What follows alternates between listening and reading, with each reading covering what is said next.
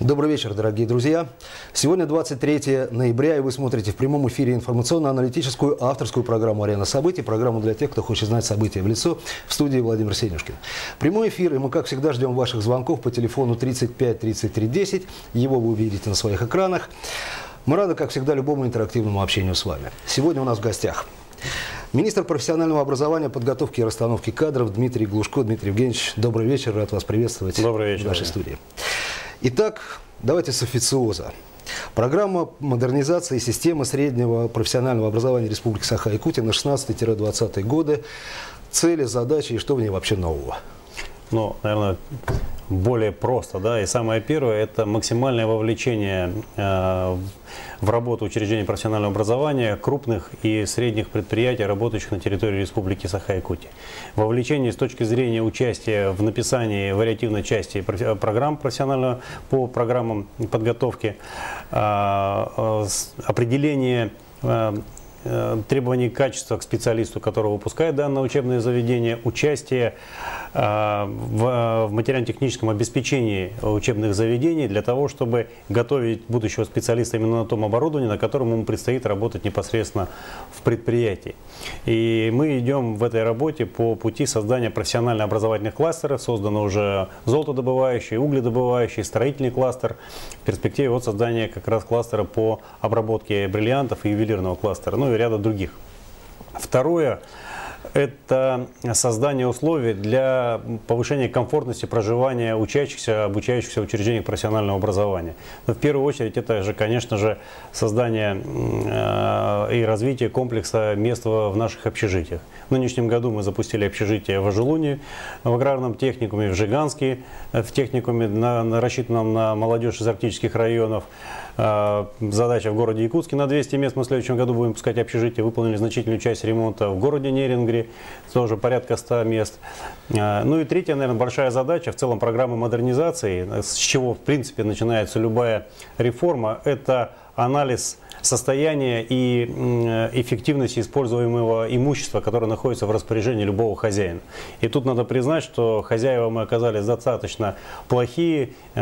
Большой доли имущества, которое числится на балансе учреждений профессионального образования, настолько крайне устарело, что можно сказать, что порядка 40% его просто нет. И вот отказ от него, обновление этой материально-технической базы и повышение эффективности использования, к этому толкает еще и тот экономический кризис, который есть.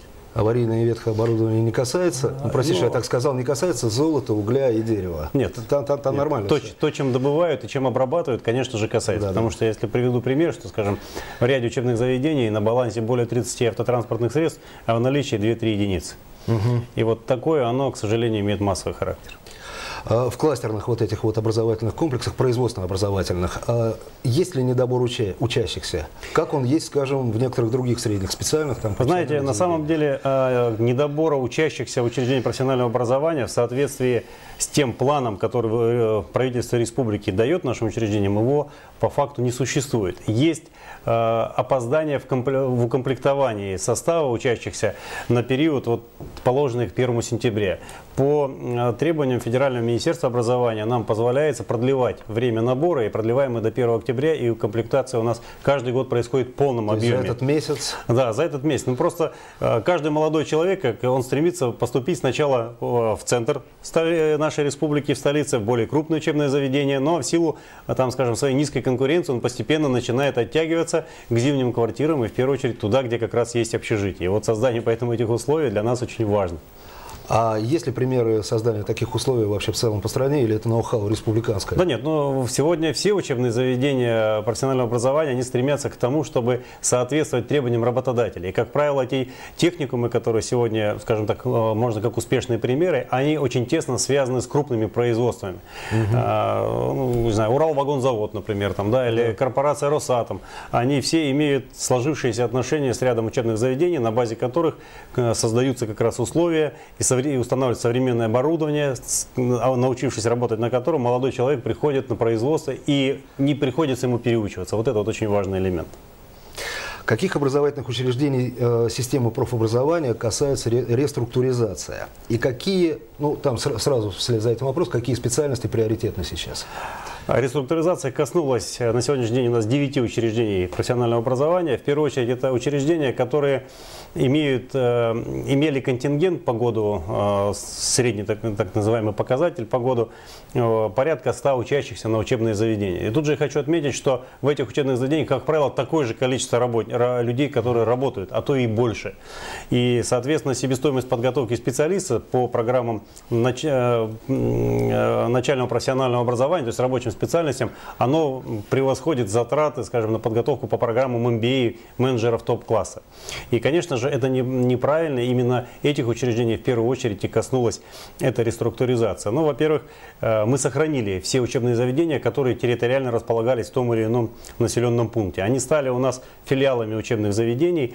И проводя эту работу, мы ставим перед собой задачу, во-первых, создать в том числе и повысить качество использования преподавателей, которые работают в этих учебных заведениях, чтобы они могли в рамках одного учебного заведения по принципу преподнесения программы по модулям реализовывать эти программы. В то же время можно было бы в рамках одного учебного заведения привозить студентов для того, чтобы давать хорошую, качественную как теорию, так и взаимодействовать с крупными предприятиями для того, чтобы давать хорошую практику, что наиболее важно. Поэтому, ну, скажем, вот Айхал и Удачный, они стали филиалом Миринского регионально-технического колледжа. Все эти учебные заведения сегодня имеют шикарную, по сути, базу для того, чтобы получить профессию тому человеку, кто хочет работать в компании «Алроса», либо вообще в компаниях добывающих. Например, техникум в Тюнгюлю и в поселке Алтан Самгинского района, они стали филиалами Якутского сельскохозяйственного техникума. Мы упразднили как таковое, по сути, лишь одно учреждение в городе Якутске, которое тоже соединилось технологическим техникумом сервиса. И вот те специальности, которые в этих учебных заведениях были, они, как правило, сохранились, но мы их усилили с точки зрения привлечения преподавательского состава. Какие профессии сегодня актуальны? Вот, ну, во-первых, всегда я говорю, что все профессии сегодня актуальны для нашей республики. Экономика республики развивается достаточно по широкому профилю направлений, и поэтому нет специальности, которая была бы не востребована в целом в жизни нашего общества. А тут нужно смотреть именно на то, что тебе удобно и нравится делать собственными руками в твоей жизни. Ближе, конечно. Ну а в целом, конечно же, все, что связано с отраслью строительства, причем это как гражданское строительство, строительство тех же аэродромов, автомобильных дорог, как профессии, связанные с горнодобывающими отраслью. Это все профессии сегодня. То есть можно ли, если я переформулирую вопрос и спрошу, наверное, так, на какие специальности самый высокий конкурс? Вот на эти, которые вы сейчас перечислили. Да, это строительные? Вы знаете, наверное, как раз строительные. И есть специальности, которые их называют сквозные специальности. Ну, в смысле, сквозные специальности, это, например, сварщик. Вот, по сварщикам сегодня у нас очень хороший конкурс на техническое обслуживание автомобилей, на строительные специальности, горнодобывающие специальности. Да.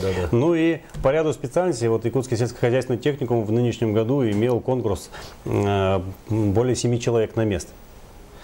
Цифры недавно мне попались такие. Вы просто сказали о том, что о вложениях, финансовых вложениях в подготовку специалистов. Цифры недавно попались, что на подготовку, например, специалиста по дошкольному образованию требуется одна сумма денег, а на подготовку, ну, допустим, специалиста в экономике совершенно другая. А почему, кстати, не скажете? Ну, понимаете, вот разные затраты. Например, если для того, чтобы подготовить сварщика одного, даже для того, чтобы сдать ему итоговый аттестационный экзамен, вот по стандарту, о котором мы много в последнее время говорим, стандарт WorldSkills, мировой стандарт, нужно порядка 70 тысяч рублей для того, чтобы обеспечить в полной мере сдачу этого экзамена. Расходные материалы, экипировка его. Это за период обучения? Только на один экзамен, для того, чтобы сдать человек. Поэтому, конечно же, бухгалтера, которому нужен лишь компьютер, да, или там педагог, которому нужны наглядные пособия, и сварщика или техническая эксплуатация автомобилей, конечно, абсолютно неравномерны. И сегодня и Федеральное министерство образования, и нашим правительством мы ведем разработку как раз нормативов по каждой специальности. Очень важно трудоустройство выпускников. Что в этом направлении? Трудоустраиваете ли как-то, помогаете ли как-то? Мы очень много занимаемся вопросами трудоустройства. Специально для этого создали в нашем отделе в нынешнем году отдел по трудоустройству, который непосредственно занимается взаимодействиями с предприятиями для того, чтобы иметь непосредственный контакт, организовать производственную практику, во-первых, во-вторых, для того, чтобы их трудоустроить, этих молодых людей. Я не беру сейчас, чтобы было понятно, да, не беру сейчас внутрикластерное образование, естественно, и не беру сейчас образование на базе предприятия уже какого бы то ни было. Там понятно, там они, если они при предприятии, они трудоустроены уже фактически. Да? Речь идет о тех, кто... Ну, вообще в целом сегодня в нашей республике трудоустройство достаточно неплохое, особенно в том числе и по профессиям начального и среднего профессионального образования. Более 60% ребят, завершив обучение, трудоустраиваются. Значительная часть продолжает обучение по дальнейшим программам, как по программам среднего профобразования, так и по программам высшего профобразования. Тем более, что сегодня в вузы России можно поступать на базе образования, закончив техникум, без единого государственного экзамена. И это очень стимулирует молодых людей поступать. Ну и значительная часть молодых людей уходит у нас в армию, поэтому общая занятость молодых людей, заканчивающих учреждения профессионального образования, она близка к 100% в целом.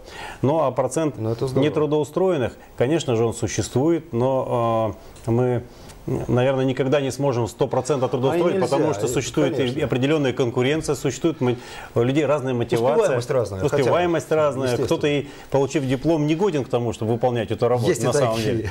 Дмитрий Евгеньевич, у нас звонок есть, мне подсказывают. Сорвался звонок. Тогда продолжаем наш разговор.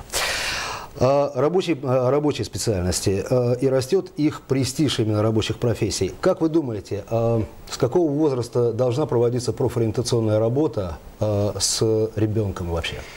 Ну, наверное, профориентационная работа, должна начинаться, в школе понятно, но я думаю, что и в детском саду мы должны уже молодым нашим ребятишкам показывать, а что такое профессия и в чем она заключается, какие манипуляции, действия и затраты силовые и умственные предстоят человеку выполнять ту или иную работу. Поэтому профориентация — вопрос достаточно разнонаправленный, должны заниматься и как предприятия сами, как учреждения образования общего и профессионального, так и, наверное, и профессиональные сообщества тоже. Поэтому тут... А вы идете вот с этой вот работой, ну если не в детские сады, то в школы? В школы мы, безусловно, идем, и мы в нынешнем году в том числе обязательно начнем работу профориентационную, участвуя в родительских собраниях в общеобразовательных школах, и эту работу тоже осуществляем. Она дает на самом деле значительный эффект, когда преподаватели, да и самые уже выпускники приходят на родительские собрания и рассказывают о возможности, об условиях, в которых им приходится обучаться и учиться. Ну и, конечно же, проводя конкурсы профессионального мастерства, вот в частности мы проводили в нынешнем году полуфинал чемпионата России по стандарту WorldSkills. Это очень хорошая профориентация, потому что молодые люди, которые пришли, несколько тысяч человек, собственными глазами увидели, что делает повар, что делает кондитер, что делает системный администратор, что делает сварщик, и как это сложно, и как это интересно. Да. Есть звонок, Дмитрий Евгеньевич. Будьте добры. Здравствуйте. Представьтесь, пожалуйста, из какого вы города, и задавайте свой вопрос гостю. Это вы мне, да? Да, здравствуйте. Здравствуйте. Здравствуйте. Пожалуйста, как вас зовут, представьтесь, откуда вы и ваш вопрос? Я из города Якутска, Федора Алексеева. У меня такой вопрос Дмитрию Евгеньевичу. Здравствуйте еще раз. Здравствуйте. Да. Кто сейчас сейчас поддерживает связь со студентами из социальных вузов? Раньше был департамент, а теперь вот оно входит в ваш институт. Связь поддерживает отдел целевой подготовки, который работает в нашем министерстве, а во-вторых, отдел трудоустройства. Кроме того, в городах, где сконцентрировано большое количество учащихся по целевой подготовке, у нас работают представители нашего министерства, которые взаимодействуют непосредственно со студенческим сообществом, землячеством, и не только те студенты, которые имеют договора целевого обучения, но и в целом якутское землячество. И, конечно же, взаимодействуют с ректоратами учебных заведений и осуществляет вот такой вот мостик из городов, где ребята находятся на сегодняшний день, с предприятиями, которым им предстоит пройти производственную практику, ну и, конечно же, дальше трудоустроиться. Мы в нашем министерстве в здании на Курашова 36 создали специальный отдел, который называется «Единое окно по работе со студентами, обучающимися по целевой подготовке». И родители, представители, родственники и сами студенты сегодня имеют возможность получать там ответы на вопросы, которые перед ними стоят. И которые их волнуют, естественно. Давайте, может быть, чуть-чуть конкретизируем. В рамках создания образовательно-производственного кластера для ювелирной промышленности я знаю, что на базе Якутского промышленного техникума будет организована подготовка специалистов алмазообрабатывающей отрасли. Первый вопрос. Когда? Мы организационную работу уже начали, и я надеюсь, что в следующем учебном году уже молодые люди придут обучаться на новом оборудовании в рамках этого образовательного кластера. Второй вопрос. И специалисты Минпрофобразования, и вы, наверное, лично изучали опыт Московского колледжа предпринимательства. Что там есть такого, что можно перенять и что нужно Там есть уникальный опыт взаимодействия хозяйствующего субъекта, компания ДДК, которая организовала 150 рабочих мест для огранщиков, в целом комплекс полного цикла огранки бриллиантов. И на этом комплексе рабочих мест происходит обучение как теоретическое в течение 3-5 месяцев, так и порядка 5 месяцев производственная практика у мастера производственного обучения. Через 10 месяцев эти ребята, которые пришли на базе 11 классов, получают не просто полноценное образование и диплом, они получают замечательную практику работы уже в конкретном ограночном производстве и в дальнейшем либо продолжают обучение, либо трудоустраиваются в этой отрасли. Потребность в стране по этим специальностям в сфере огранки и алмазов очень большая, потому что подготовку ведет только вот как раз вот этот 11-й техникум в Москве, промышленный техникум в городе Якутске и Северо-Восточный федеральный университет. Больше в нашей стране никто не готовит. И вот как раз с этой компанией мы в городе Якутске на базе промышленного техникума сегодня ведем работу. Хочу отметить, что собственник этой компании подходит к этому вопросу очень серьезно. Он в 11-м техникуме является заведующим отделением непосредственно, при этом он заработную плату не получает, она ему не интересна, ему интересно получить специалиста, которого он готовит по той технологии, на том оборудовании, которому ему нужно. И вот сейчас, как раз в эти дни, на прошлой неделе, мы совместно провели работу, и директор этого предприятия лично провел отбор и собеседование со студентами, которые уже начинают обучение вот в нынешнем году в техникуме 11-м, в следующем году они придут уже работать в производственном кластере, и мы на следующий год, сформировав новую учебно-производственную базу, сумеем организовать обучение уже в городе Якутске. Понятно. Давайте развеем или подтвердим недостоверную информацию, согласно которой министерство расторгло действующий договор с Якутским торгово-экономическим колледжем потребительской кооперации. Во-первых, это так или не так? Не так. Информация действительно недостоверна. Она заключается в следующем. Во-первых, Наталья Марковна Яковлева, директор этого техникума, я считаю, что это один из самых лучших, если не самый лучший директор учреждений профессионального образования нашей республики и в стране. Сам техникум и коллектив, который работает, это уникальный коллектив, который выдает специалистов, которые востребованы на рынке труда. И они очень хорошо трудоустраиваются. Проблема в этом техникуме в том, что учредителем его является потребкооперация, общество «Холбас», которое, являясь учредителем, не вкладывает ни одной копейки в течение последних десятилетий, порядка, наверное, 20 лет, и просто лишь эксплуатирует. Сегодня это учреждение живет за счет государственного заказа Республики Саха-Якутия и выживает за счет него. На мой взгляд, нужно сохранять этот коллектив и этого руководителя. Все, наше время подошло к концу, у нас остается совсем мало времени. В завершение, в завтрашнем выпуске мы поговорим о перспективах развития арктической зоны. Это была «Арена событий», программа для тех, кто хочет знать события в лицо. Всего доброго вам, до свидания. До свидания.